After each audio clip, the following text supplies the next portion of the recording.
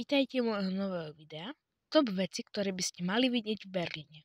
TV väža v Berlíne je jedna z najkrajších veží na celom svete.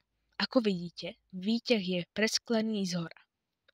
Ponúka nádherné výhľady na mesto. Jedine by som im vytkol to, že mali zasvietené. Nebolo vidno celé mesto, ako krásne svieti. Ako vidíte, my sme tam boli v noci. Stade by som pokračoval do Technického múzea v Berlíne, ktoré sa vám ukáže za chvíľu. Dovtedy vám oznámim moju novú súťaž. Ak bude mať 200 odoberateľov, sa bude hrať o 100 eur. Napíšte do komentáru hrám a ja vyžrebujem jedného výhercu. Ale musia to byť iba tí, ktorí už dali odber. Ako som spomínal, Technické múzeum v Berlíne sa skladá z dvoch častí. Jedna je brutálna a druhá ani tak nie. V jednej je zavesené lietadlo, ako vidíte.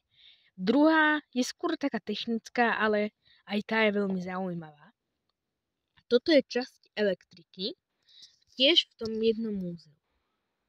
Je tam všeličo s elektrikou, aj pokusy, aj prístroje, ktoré tiež vlastne vytvárajú elektrický výboj, ktorý aj celkom hučí.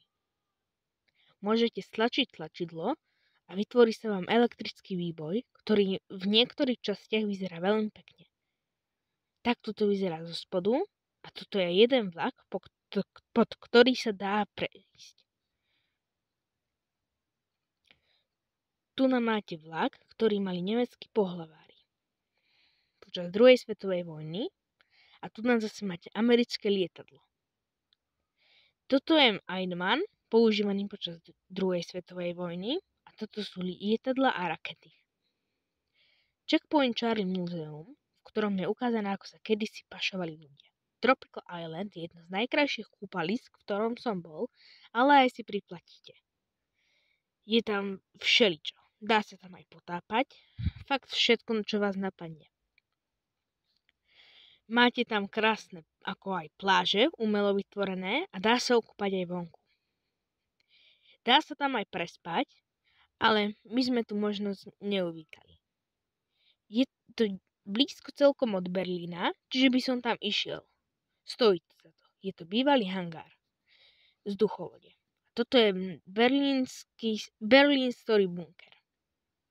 Berlin Story Bunker je jeden z najkrajších bunkrov, v ktorom som bol, kedy sa tam ukrývali ľudia, ale aj Nemci. Berlínsky múr.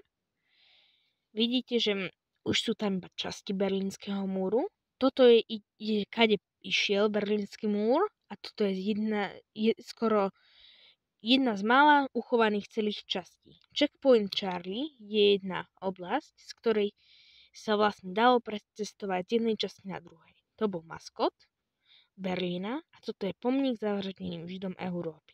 Je to jeden z najkrajších pomníkov Európy, v ktorom som bol.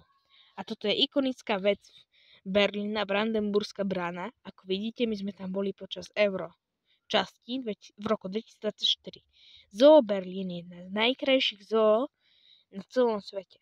Fakt, bol som spokojný a to vám odporúčam, lebo viem a bol som tam. Fakt odporúčam rodinám s deťom. Oplatí sa.